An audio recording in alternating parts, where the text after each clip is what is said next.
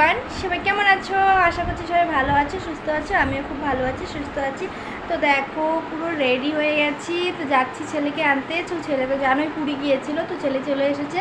তো বাড়ির থেকে আনতে যাচ্ছি, একবার দিতে যাব আর একবার আনতে যাব। এটাই হলো আমার ডিউটি, মানে একবার ছেলেকে আনতে যাবো, একবার মেয়েকে আনতে যাবো। এই করতে করতে আমার সারাদিন চলে যায়।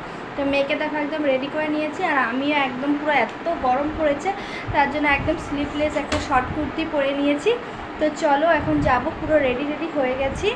তো খালি চুলটা মানে চুল বাঁধাই ছিল, যে কয়েকটা রিলস বানাচ্ছিলাম তার জন্য চুলটা একটু ছেড়েছি। তো চুলটা বাঁধবো, তারপর চলে যাব।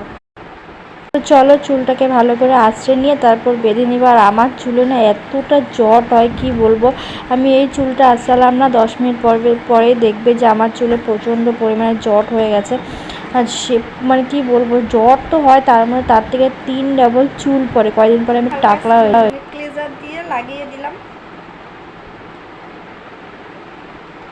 আর কিছু করলাম না।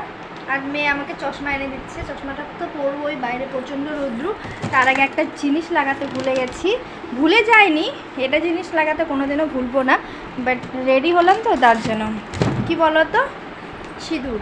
সব কিছু রেডি হওয়ার পর সিঁদুরটা না লাগালে না মানে মুখটা দেখতে ভালো লাগে না। বিয়ের পর সিঁদুরটা না লাগানো একটা হয়।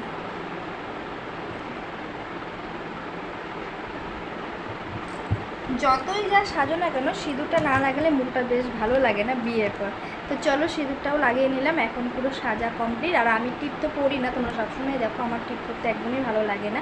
টিপ পরতে ভালো লাগে না, তার মধ্যে আমার পিম্পলসও উঠে যায়। যাই হোক, তার জন্য টিপও আমি লাগাই না। তো চলো খালি এখন চশমাটা পরবো। তো চলো আমার পুরো লুকটা তোমাদেরকে দেখিয়ে নিই, তো বলো আমার কেমন লাগছে। তার আগে রান্নাঘরে কয়েকটা কাজ আছে, সেটাই করে নিচ্ছি।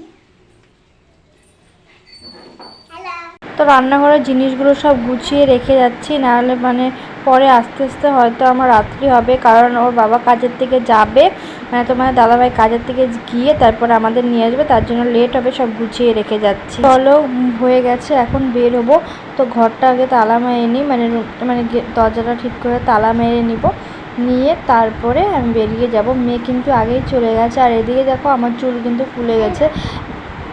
চুলটাকে ভালো করে ক্লেজার দিয়ে আমি বেঁধে রেখেছি, তাও না আমার চুলে মানে কি বলবো, মানে থাকেই না, যখনই ক্লিপ মানে খুলে যায়। 2-3 বার যদি চুল ঠিকভাবে না বাঁধি, ঠিক মানে খুলে যায়।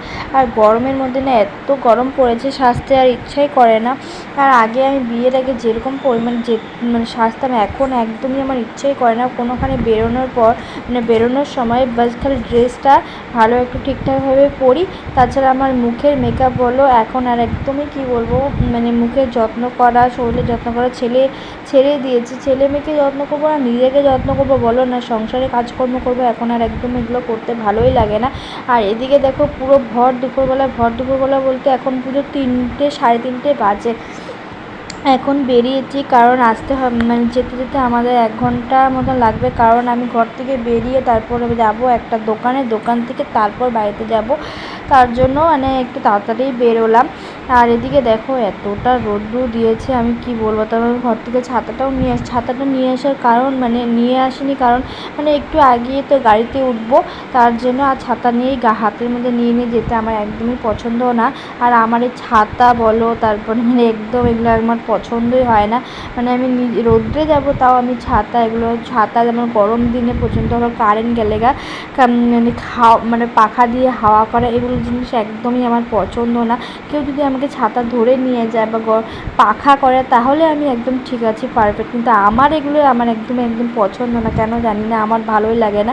তারপর দেখো গাড়িতে উঠে গেলাম, স্টাইল বাজারের সামনে দাঁড়িয়েছিল গাড়ি, তো ওখানে একটু হালকা করে ভিডিও ক্লিক করে নিলাম, দেখালাম তোমাদেরকে।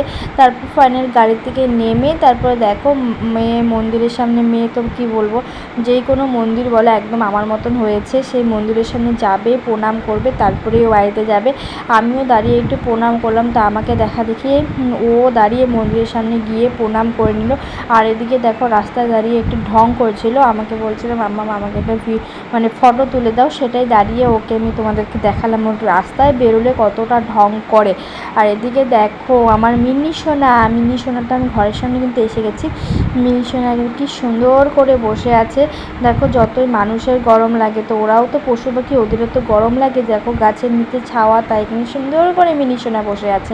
আর এদিকে আমার মেয়ে দেখো আবার দৌড়ে দৌড়ে যাচ্ছে দোকানে। আমার মিনি সোনা জানো ঘর থেকে কোথায় ছিল, মানে কি বলবো, তোমরা তো হয়তো চিনবে না। একদম আমাদের মানে অনেকটা মাঠের সামনে, ওনা সারা জায়গায় ঘুরে এদিক ওদিক মানে কোথায় কোথায় থাকে। আর কিন্তু টাইম মতন কিন্তু আবার চলেও যাবে।